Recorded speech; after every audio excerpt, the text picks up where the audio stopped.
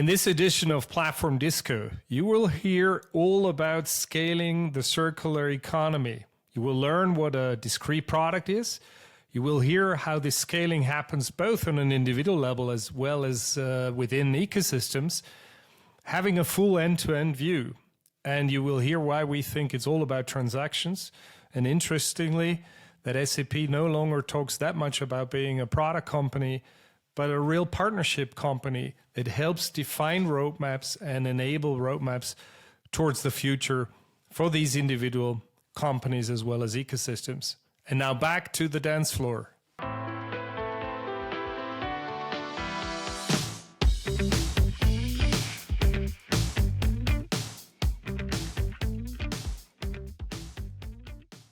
Hello, everybody. This is Platform Disco. We're discovering business model strategy, technology, and the humans behind platform ecosystems. Today, me and my co-DJ Peter Evans are welcoming Stephan Fester from SAP, and he will introduce himself in a bit. Over to you very quickly, DJ in Denver. Yes, hi everybody, welcome. Excited to have a great conversation about SAP and mega trends that are happening in the world, including the shift to a circular economy. Absolutely. And therefore, straight over to you, Stephan. Who is Stephan Fester? That is always a good question. So first of all, thank you for having me here. My name is Stephan Fester. I live in Hamburg in beautiful Germany. And at SAP, I have a special role. I'm heading a global unit looking for circular manufacturing. That means we are focusing on discrete products. So not the full cycle or all the elements of circularity, but at least the discrete products. So we have more colleagues who are looking into the other parts of circularity, but our focus is a discrete product. Well, Stephan, and what is a discrete product? Not everybody might know that. Could you explain that in a bit? Yeah, so a discrete product is a product that can be disassembled and assembled. So that means every kind of product, like a table, like a car, like a machine, like a spaceship, as long as you have a clear construction plan and you have a clear bill of material, then it is a discrete product. Also, there go into some materials go into this product, like plastic and metal, which is non-discrete, but at the end, the core is just discrete. Good. And you just mentioned that there are two groups of people or organizational parts, folks that look at these discrete products in SAP and the other ones that look more at the circular end. How can somebody imagine that, not knowing SAP that well? Is that something that is rather new, or has this been in place for some time now already? So the difference is that we are looking into the circular process when it comes to discrete manufacturing. I mean, as I said, everything that can be assembled can also be disassembled. And with that, you can harvest spare parts, you can reuse parts. And this is where the circularity starts. We have more colleagues in SAP who are more focusing on chemicals, metals, plastic, and other kind of products. So this is more or less the differentiation. But you're right. So this group is relatively new. Also, we at SAP, we are supporting our customers for, I think, 40 years when it comes to circular. So we have customers in the automotive industry who have established circular process, for example, for truck engines. I mean, this is an obvious product that can go into a cycle, and this is something that we do for ages. Interesting. So how does digital technology and software enable circular transactions? I mean, first of all, for me, it's important to mention that it's now time to scale circularity.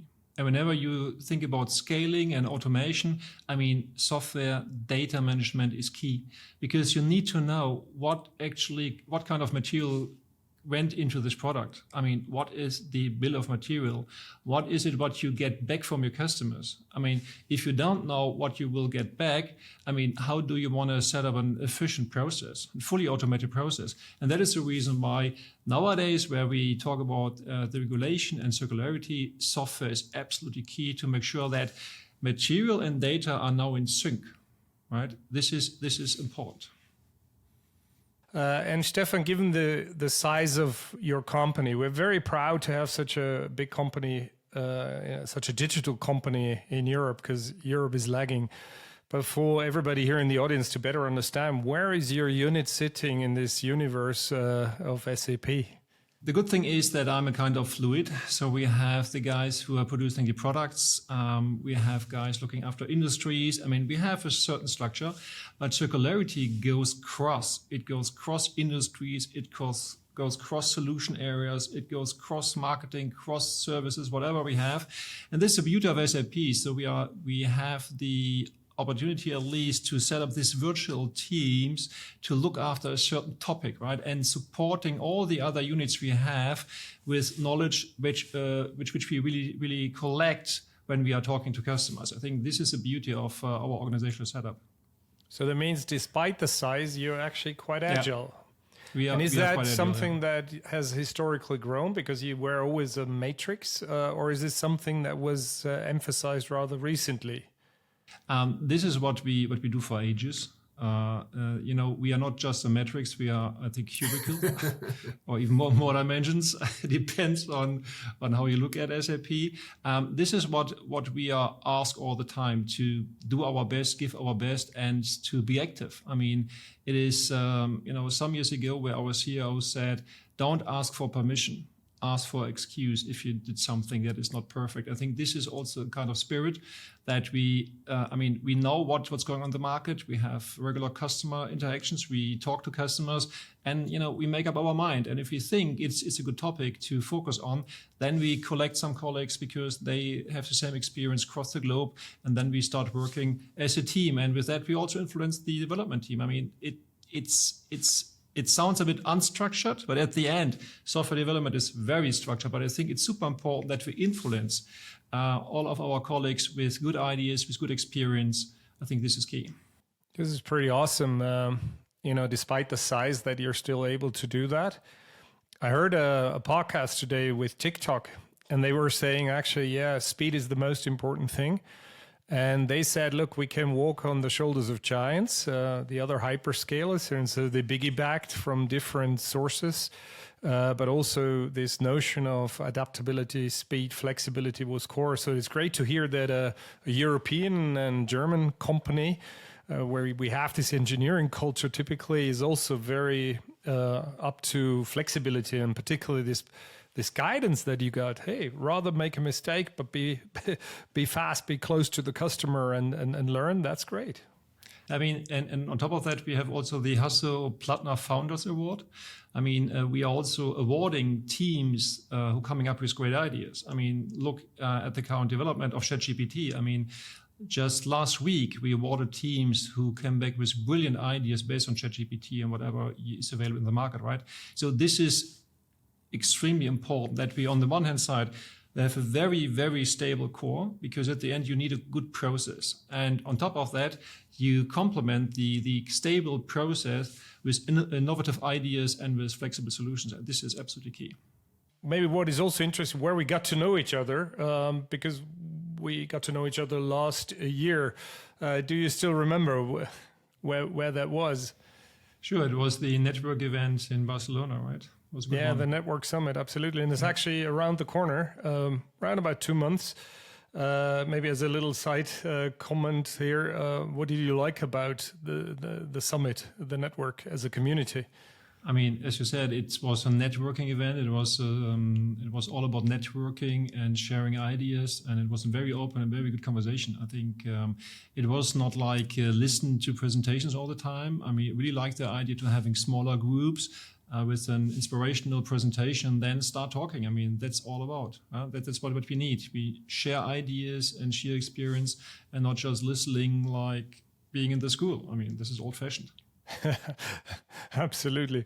Having said that, going back to the core of the conversation, you're supporting a sustainable future. And in the pre-call, you said, look, customers are not aware that they actually have already everything. And what you do is helping them, so to say, address the issue with the existing stack, more or less. Can you explain a little bit what that framework is and why you're so bold saying, look, they got all they need? I mean,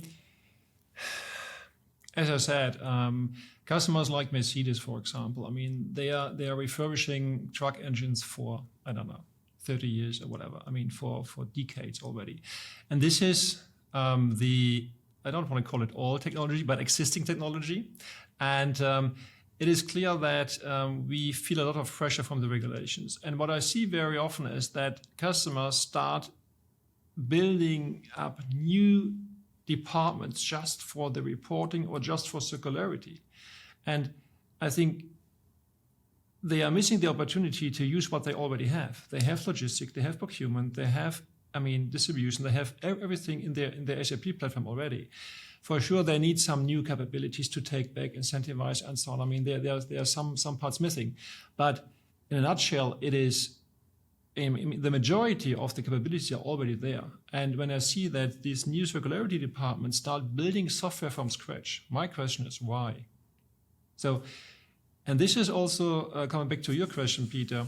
I see that the digital thinking is not standard in some of the companies, right?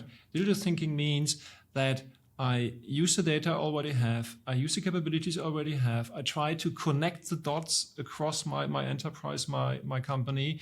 So it's obvious that all the companies, as well as SAP, they are very much siloed. I mean, that's how it is. It's a kind of KPIs, human behavior. Everybody wants to make sure that he or she is perfectly fine in their given area of responsibility. But, circularity means we need to connect all the dots. And this is a new thing. Also culturally, it's a new thing. So do you find that that's possible within the existence of a single company, or do you find that these companies need to build networks so that they can interact and exchange with other companies? So is it kind of a single company initiative where you can go circular, or is it more of an ecosystem approach? I think there's no way to do it as a single company. As long as you are dealing with your own product and you think about how to disassemble, assemble, and how to deal with your spare parts, as long as you have it under control, you can do it by yourself. But in the moment where you already sold the product to the market via distribution channel, whoever, you need to get access to your products, you need to get access to the owners, you need to get access to the right logistic partners to get it back. So it's an ecosystem play. There's no way to do it as a single company. No way. And if you look at... so are you seeing more of these ecosystems emerge? Yeah, for sure. There are different elements. You're dealing with marketplaces very much, right? As McFadyen. This is one thing to get in contact with your customers, distribution channels, and so on to get it back. That is one element. The other element is that initiated in Germany, there is an industry network for automotive called Catena X, where we as an, I would say, community, because it's not owned by SAP, not owned by BMW, not owned by Mercedes. So it's more like an association. And they are setting up a network to share and exchange trustfully data. And this is new because there's not a single company in the middle who is owning the database, the network, whatever. It is more like an association. And this is extremely fair because whenever you share data, it is also connected to a rule book and some guidelines. So it's not that you're just sharing data like EDI or whatever, internet connection. It is much more, a lot of semantic, and there we are talking about use cases. And the good thing is that it was initiated in Germany, but now it goes across Europe and actually it's worldwide. So we have customers around the globe who want to connect to this Catena X. And the second stage already kicked off. So there's a key association called Manufacturing X, where Catena X is the first version of the network, and now comes the next one, which is Factory X, which is focusing more on the factory side of the networks. So that is what I see is important to share trustfully data. So these kind of networks. So just to probe that a little bit more, how does the data affect the physical product so that you get that physical product becoming more circular? Is it so that the buyers better understand what they're buying, or how does data facilitate or help the circular transactions? I mean, it is multiple dimensions. First thing is, if you can provide the right data, then the consumer can decide what kind of product do they want to buy. Is it a circular product or is it a fresh and new one? But second thing is, whenever you think about the take back or recycling, you need to know what does this product consist out of? I mean, what are the components that are in the product? And if you think about batteries, for example, and battery is a good example where we see a lot of regulation. And with the battery passport, we see the first digital product passport that affects the end-to-end value chain. And this is important for the recyclers, because if the recycler take back a battery and they don't know what is in this kind of battery, what's chemical, what material, then it is extremely difficult to define the right batch for recycling. Because the battery passport also says that by 2027, I think, the recycling rate must be up to more than 90%. And if you have a mixed batch, right, then you will never reach this kind of circularity. Yeah, we've been investigating this, and one of the areas that we've discovered is there's a lot more friction in circular transactions than many people realize, right? It's hard to get the parties together, to have the information, to make the right buying decisions. Also, what is because it's been used, so what is the quality of that product? And things of that nature. So there's actually data enriches and actually can help make better decisions and reduce these transactions. But you need that connectivity to, like you said, to re-aggregate things that have been dispersed out into the economy. How do you get them back? And with the information so that the buyers on the other side can see what they're actually purchasing. So these digital technologies can do a lot to reduce the friction or the transaction costs associated with circular transactions. Absolutely. And what we are talking about, we want to scale circular manufacturing to make sustainability profitable again. And as you said, data is key. So if you would know what happened during the usage time of a product, so how many kilometers or mileage is in the battery, or what is the kind, or how was the product used in the past? I mean, you might get some IoT data, and with that you can take a better R decision. Because our decision means that you decide, is it for repair, refurbish, remanufacture, or recycling? And again, this is for me key, that you get all the data you can get to take a proper R decision, right? Because recycling should be the last step. And you should also then decide, is that a product where you just harvest spare parts, or is it something that you really want to refurbish? This is always a little business case. And if you would have the data from the operational phase, you can take a better R decision.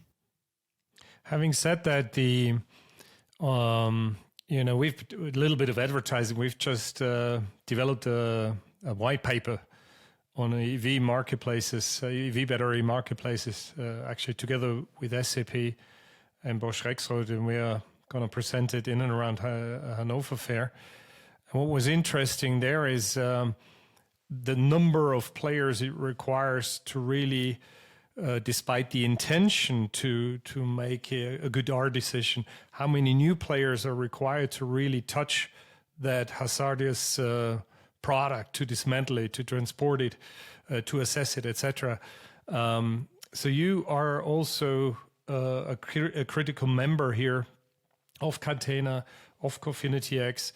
So you're not only committing in terms of the mission of your company, but you're actually also investing in helping these setups. Where do you see practically the biggest challenges of what we just talked about, enabling those R decisions and making good R decisions in these consortia or associations? What do you see as key challenges?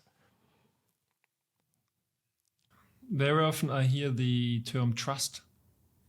Do I really want to share the data? What kind of data do I want to share? I mean, if you look into the Catena X use cases, it's not that in the use case of traceability, for example, you are asked your tier one supplier to get the full bill of material with all the secrets. That's not the request. The request is to get the data you need to take a decision. So it's a lot of trust. lack of trust. This one thing. And the second thing is who keeps the material flow under control? To give an example, I mean, the electric vehicle producers, they are changing their contract with the end customer. So they want to get a contract with the end customer to keep the material flow under control, because at the end of the useful lifetime or the usage of a car, they want to get it back. They want to get it back not only for regulation reasons like end-of-life vehicle regulation, which is already out there, but also to get the raw material back. I mean, the battery back.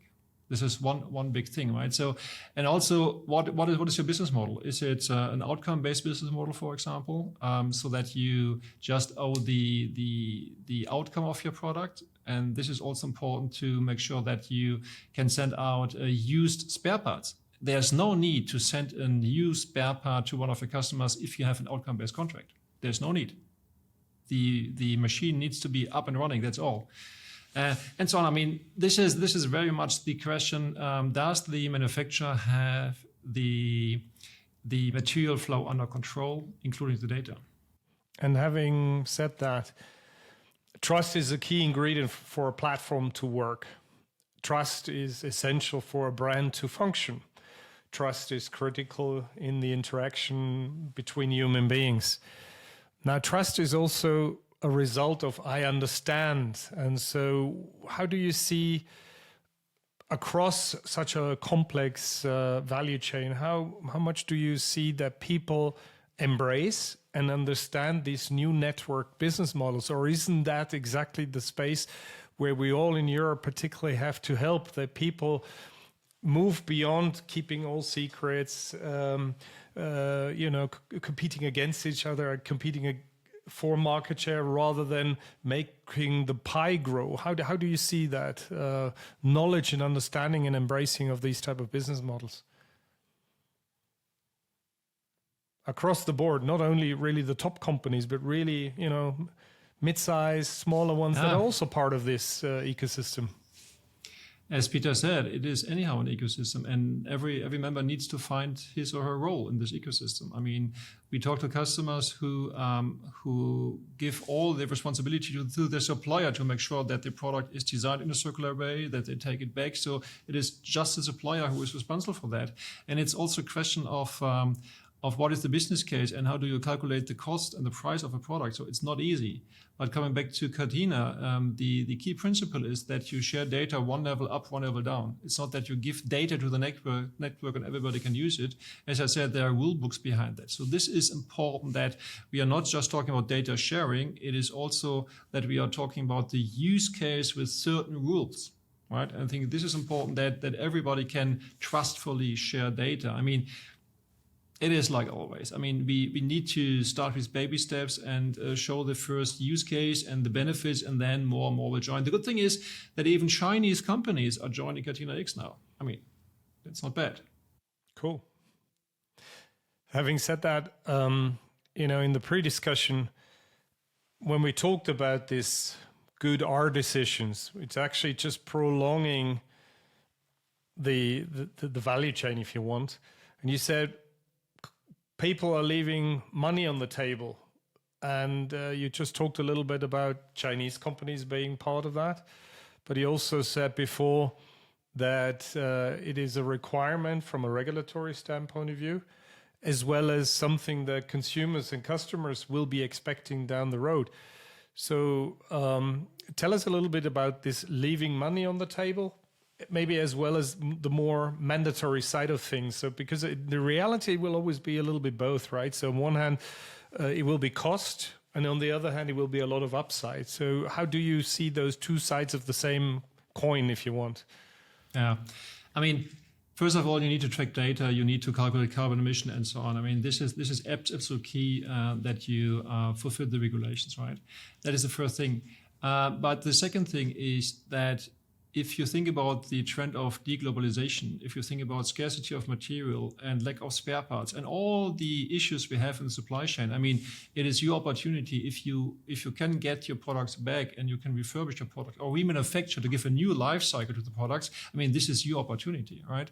And while you are doing that, to overcome the issues with the supply chain, you do something for your green agenda at the same time. Because if you reuse a product, you reduce carbon emission, energy consumption, water consumption, and so on. So that's the reason why we are focusing on the business case, the business value of circularity, because the green agenda is kind of side effect, a positive side effect to that, right?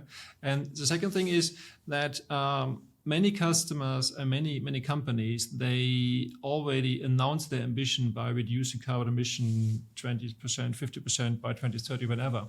The question is, do they have a strong plan to achieve this? Do they really have budgets for carbon emission? Because that is what you can do with SAP. You can assign carbon emission budgets to the different departments or areas in your company so that you track it properly and make sure that when you produce a product, that you reuse components or you use circular material to make sure that you achieve your targets. Because sooner or later, the investors, and this is the key audience, the investors will have a look into it and they will check if you achieved your target of reducing carbon emission. That is what's currently happening. So what you're saying is actually there was this good intention back then, 2018, when the commitments came out, and now reality bites and people have a gap in the middle, and you guys are actually closing that gap because you help operationalize it. Yeah, exactly. And this is at least our ambition, right? So we do both. We help the customers to find the right process and scale the process to take the product back and reuse it.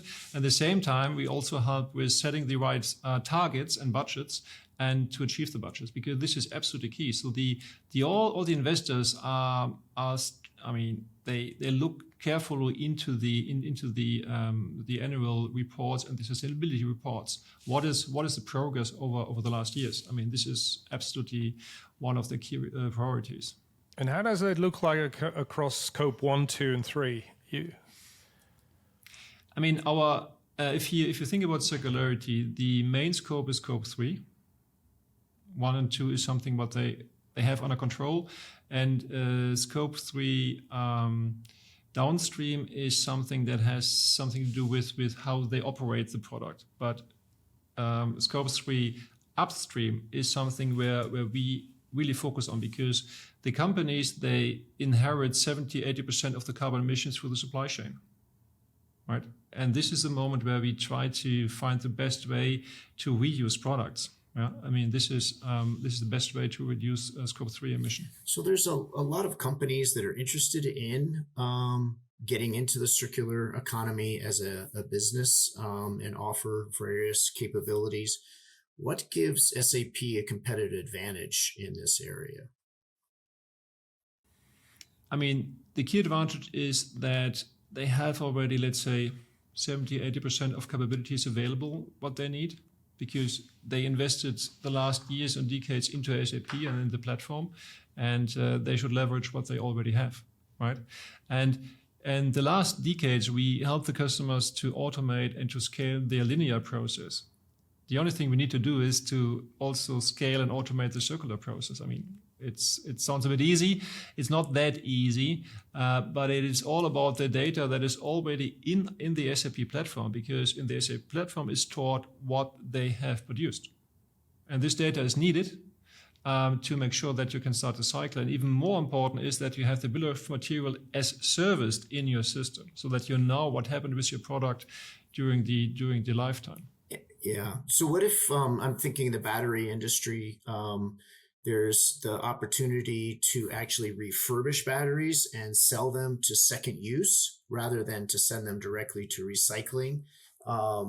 So does SAP have the opportunity to help those companies that are new entrants rather than the existing companies that would be interested in getting access to batteries, remanufacturing them, and then selling them potentially to a completely different set of customers, like utility companies that need backup power applications? So when I think of ecosystems, I think of the fact that the highest use value of that material may be in a completely different company or a completely different industry.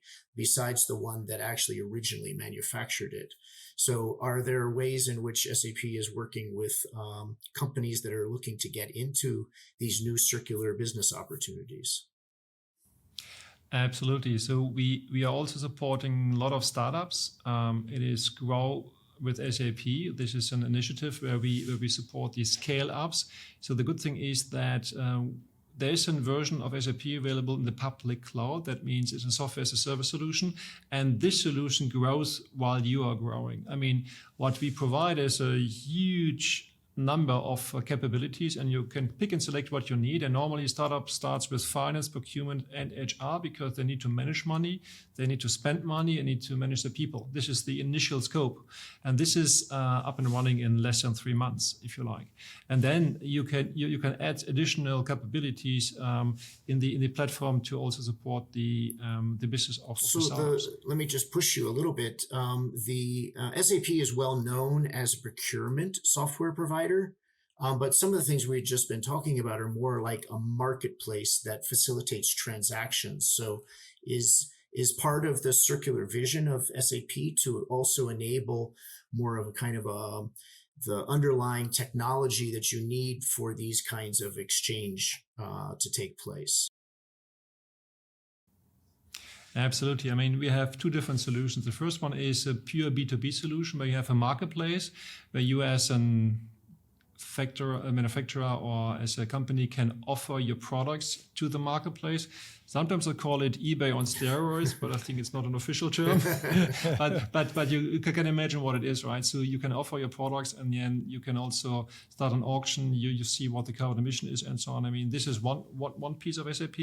The second one is that we support the incentivize and take back process. It's also a platform where you go into the solutions. So you select the products you already bought.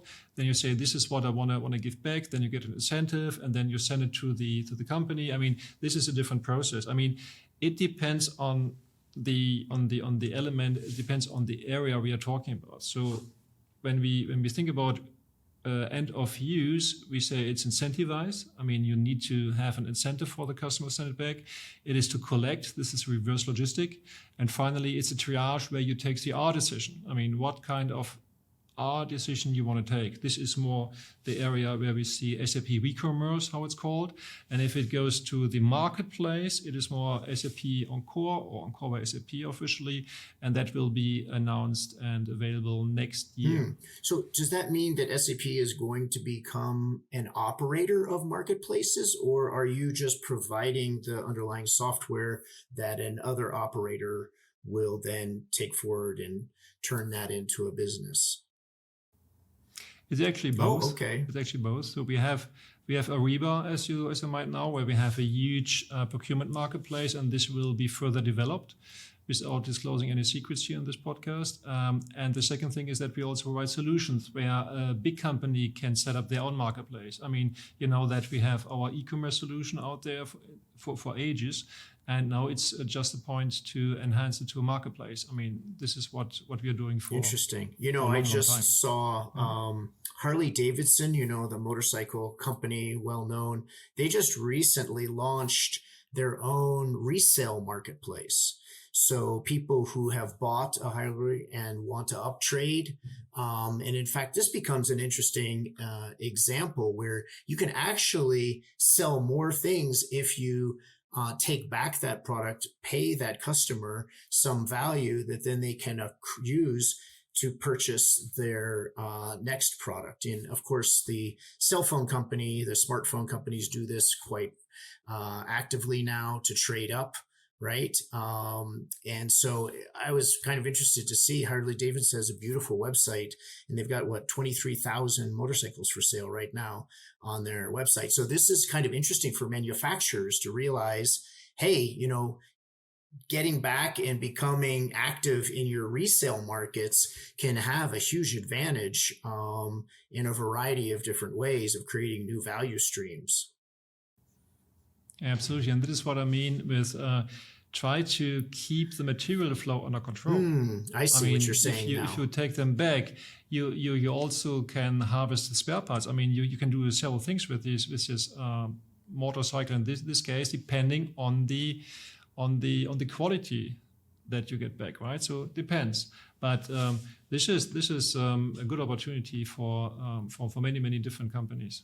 So, Stephan, which sectors do you see as being exciting and a lot of activity happening? When I look at the landscape of circularity, one area that I'm looking at is e-waste, related to the just explosion of electronics around the world. And the latest numbers I've seen is that about 330 million phones are traded every year.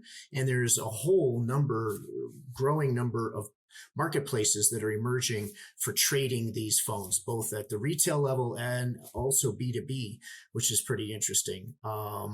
We also see a couple of other areas. Scrap steel, for example, is emerging. There's 2 startups just recently received funding last year to grow their circular marketplaces for scrap steel.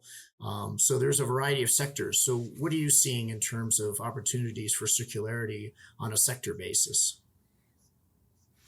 I mean, actually, I see it everywhere. So we are also talking to customers who are dealing with office furniture. Oh, okay. I mean, why should they buy new ones all the time? I mean, that's not necessary.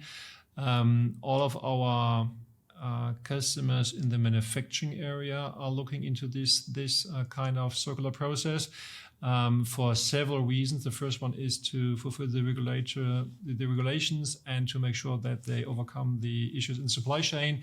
We see also the car manufacturers. I mean, BMW recently announced a 90% recyclable car.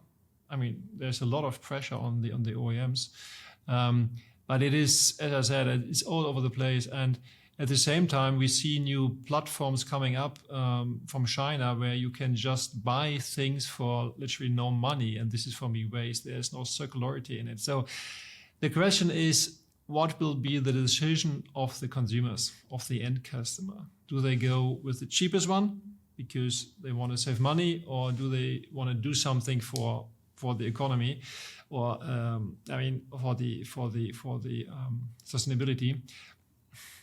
I don't know, but it is a big thing for all of our customers to set up a circular business, all of them. Yeah. Well, what's interesting when I look at SAP is the opportunity to have that backbone on top of which you can attract parties that can build their own marketplaces. So SAP then becomes the enabler of a lot of activity in businesses that are interested in getting into the space and supporting both B2B and B2C transactions. I mean, this brings us back to to the beginning of our conversation, right? You need to have the right data. If you buy something back, if you deal with material, you need to know what is the data behind the product. And this information is stored in SAP. So you can build your most beautiful marketplace, whatever application you want to do on, but you need something that supports you with the right data, with the bill of material, supporting you with logistics, and so on and so on. And finally, to calculate the carbon emission. I mean, what is the carbon emission of a reused product? I mean, that is also usually it's much lower, right?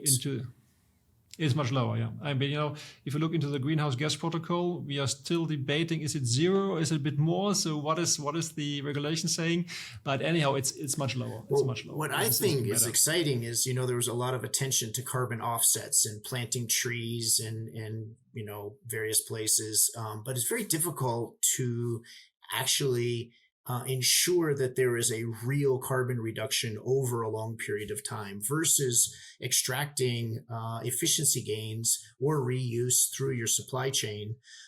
Those can be calculated and have a much firmer. So my sense is that companies are going to begin to realize there are risky ways of trying to reduce carbon, and then there's more definable, quantifiable ways, and supply chain becomes a very attractive way to do that. So, what I think is going to happen is increasingly the purchasing agents will see the price, the quality, but also the carbon emissions footprint, and they'll have to make a calculation as to which one that they're going to make their buying decisions on in the future. Absolutely, and this is also what we are saying. I mean, today you take your decision based on financial KPIs very often. But for example, if you take a product back and you want to take your R decision, it might be financially not attractive to refurbish the product, but you keep the material in the flow and you have a reduced carbon emission. And coming back to the idea of what is your plan to reduce carbon emission? I mean, sometimes you have to take a decision to reduce carbon emission instead of being profitable. Might be because of the investors. I mean, it's getting more and more complex. And as you said, also the purchasing departments, they will see KPIs like reducing carbon emission and not just the price. That is for sure a big thing. Today, right now, if you go on the vast majority of B2B marketplaces, you only see price, the description of the product, and the quantity you can buy, and then maybe, what is the payments process that you have to go through to purchase that. But if we add in these other variables, then the purchaser actually has more information that they can make good decisions on. So that's what I'm excited about, is how marketplaces will evolve to actually facilitate circular transactions. And then we're back to trust, because if it's transparent and you can audit it quite well, then we're back in trust, and trust will drive transactions. Yes, and in fact, we're seeing that with the cell phone markets. If you look at the variety of different marketplaces, some of them are more trustworthy than others. And but there's a lot of information flow. Customers have their side channels that they can communicate to determine, and they rate these. And in fact, the first thing you should type into Google is that marketplace trustworthy? And you'll see a lot of opinions on those. So anyway, my initial question was, what is SAP's competitive advantage? And I think my view is that having spent many decades building that data layer associated with supply chains, now you can build on top of that these circular transactions, which are different, right? They have different characteristics to them. So one thing we didn't talk about is grading, right? When the product comes back, you don't know the quality of it. Is it A, is it B, or C? And that grading process is very important because it determines price, right? That the buyers, and then where that will end up. Should it go directly to scrap, or can it be reused? So one thing that's different between linear marketplaces and circular marketplaces is that information about the quality of that product, and is it viable for reuse or not? And that is what I said, to get the IoT data, what happened during the usage period of a product, because this is a good input factor for you to say what is the grade. And then you can decide, is it a product where you want the full refurbishment process, or where you just want to harvest spare parts, or is it scrap? Exactly. I mean, this is the grade you're talking about. And then you need to take a decision, what do you want to do with this product? And you talk about the carbon emission in a B2B marketplace. It might be not there yet, but let's have the same conversation next year. Yeah, right? Same it's time. going to come. It's coming. Let's see what let's see. No announcement here. But when you talk to customers, they are already collecting the carbon emission from their supply chain. The issue they have is, what is the right calculation scheme? There are many out there. And at the end, you need to have a certificate, or you get a certificate from an auditor, or whatever will happen. And this is then again the beauty of Catena X, because there's a use case of carbon data exchange. And when you apply to this use case and you connect your solution or your company to this network, then you apply to a rule book. And the rule book defines how to calculate carbon emission. That means once you're connected to Catena X or Factory X, then you will get always the same quality of carbon data, because it's all based on the rule book. So partly, and this is one of the main differences. So what you're saying is partly joining these consortiums of data exchange is actually to get access to the rule book, not necessarily to everybody's data, right?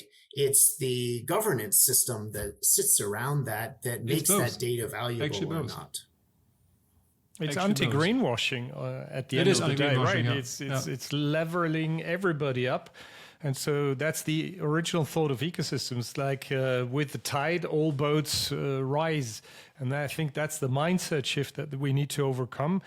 regulatory can be a cost or it can be an opportunity. And here, enabling a better planet, because we're all parents, right, is actually something super positive, and making those transactions a little bit easier and less painful. And for example, what you said before, which I really like, not having separate departments that take care of it. No, make it a way of how we do business. It's just the next level we all do business in. That's exciting. And I think for SAP, what is exciting, it reminds me a little bit of Amazon, right? So Amazon is a marketplace, and on the other hand, they run their own business, and you do the same. You said you want to be an operator at the same time you're an enabler, and so knowing how these things scale, SAP is in a unique position really around the world with this huge customer base that you're having, and you do something good, which is in your purpose, which is nice. But please keep in mind that the majority of the customers, they run their own system. It's not that SAP is owning the data. We don't have access to the data. I mean, it's a completely different thing. So it's not like Amazon. I mean, this is a completely different thing. Also, we have the one or the other platform, but not at that scale. So the majority of our customers, they run their own system with their own data. What we do, and this is for sure to the benefits of our customers, we help with AI on top of that, right? So we provide now more and more business AI, which means it is embedded into the process. And this is also a key message, that AI is not just a data-driven topic. Also, you need the data, but what happens after you analyze the data? I mean, if you don't influence the process, then it's worthless. Therefore, we talk about business AI, where AI is embedded into your process, so that it supports and is an enabler for your process to make the process better, right? So that is why what we are currently focusing on, to make sure that we support our customers with AI and ChatGPT, whatever kind of solution, as good as we can to gain efficiency. And that's Joule, isn't it? Joule comes on top, yeah. You had mentioned your ambition, and I totally agree, that scaling the circular economy is critical. Do you see the opportunity for network effects to help that scaling process? And are you thinking in your business strategies and products to enable kind of network effects that boost circularity? I mean, what do you mean by network effects? I mean, we are talking about B2B marketplace. This is a kind of network effect, well, right? The more participants that join, the more value that's created, and therefore it attracts more participants. So it sounds like Catena X is kind of on that path, right? And so what I think really needs to happen is for network effects to start to become circular, and therefore you'll get more circular transactions, and then we'll get scaling happening in those instances. We have in Catena X, and not we, but they have in Catena X and Factor X circularity use cases. And as you said, this is for sure network effect. The more join, the better it will be. And again, Catena X is not owned by SAP again, of course, and so on. It's just a consortium, and there are many shareholders. So it's not just SAP. That would be actually interesting. We have the world of hyperscalers and we have the world of consortia. Europe is more leaning towards the consortium approach, given that we're smaller, that we're more granular.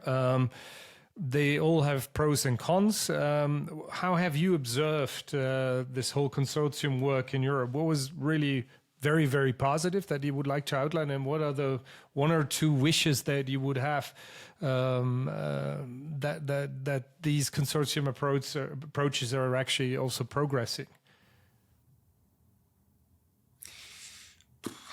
I need to think about it, because I'm not that close to Catena and Factor X. I know the guys, I know the use cases. I'm in contact with the guys. I mean, it did start with a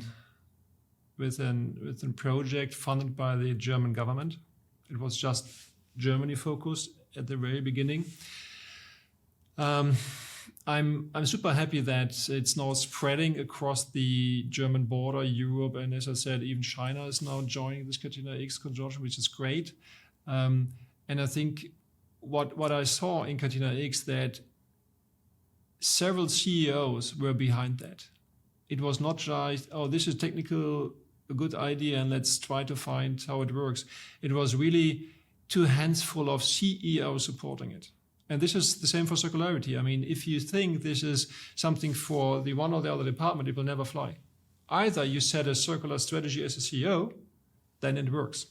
And the same for this kind of consortia. I mean, you need to find the critical mass. And in Europe, it is important that you find enough countries who will join this initiative. And we see that there is the one or the other competitive initiative ongoing, but I hope that Catena survives. As I said, it is very, it's not democratic, but it is not owned by 1, 2, 3 companies like an Amazon or Hyperscale or Microsoft or whatever. And this is, I think, important because we are talking all the time about the monopolies of the different big tech companies. And to be successful, we should avoid exactly. Now, for the end of our conversation, we need to move towards the final corners. Let's say 5 years out. Where do you see your endeavor as SAP in this field?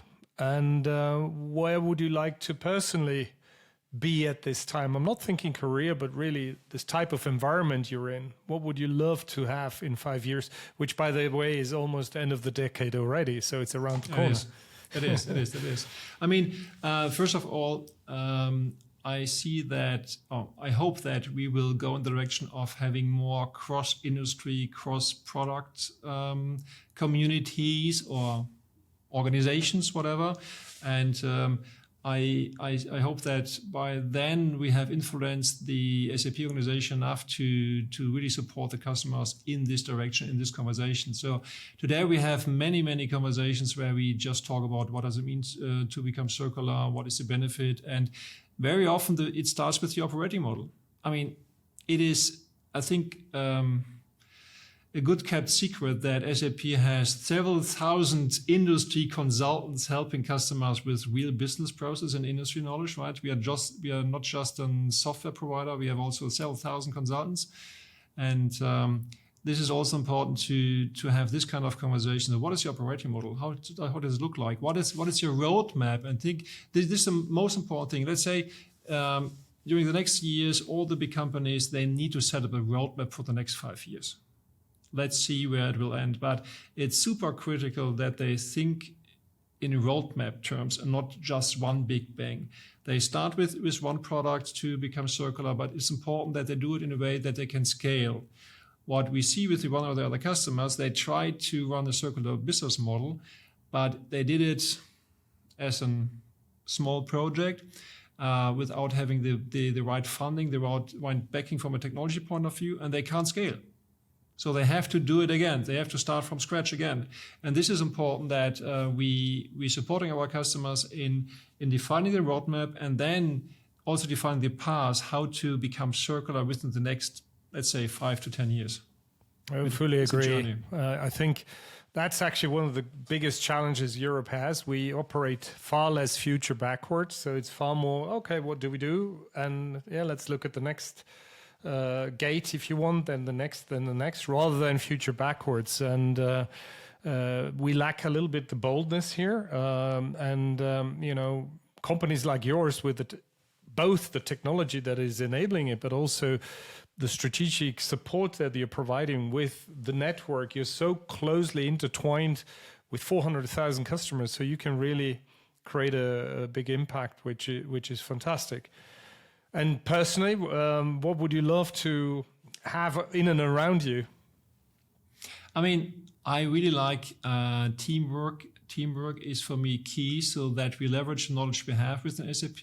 We are 106,000 employees. I mean, they all have an idea. They all have experience. They all have, customer interactions. And this is what we need to leverage. And let's see what ChatGPT will bring us in the future. So there are something in the making, and I'm pretty sure that we will find ways to better leverage the knowledge we have within our company. I'm pretty sure.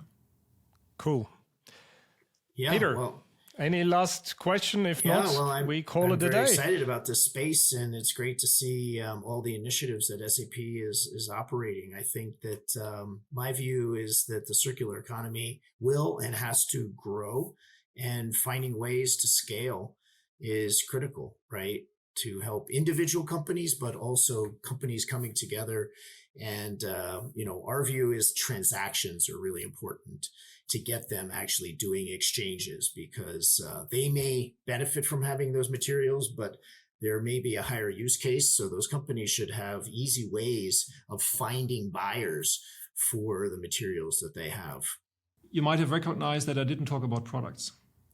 The reason for that is that I really like to ask all the listeners to start talking to SAP, right?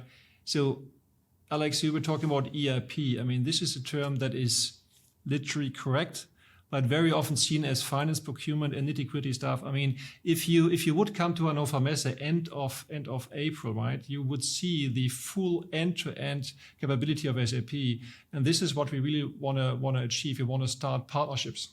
And that's what we are doing for ages, to establish partnership, because whenever you go with SAP, it's a strategic decision. And if you go with this decision, I mean, then you need to have a partner at your side to define the roadmap for the future. And this is that's why the roadmaps become really important.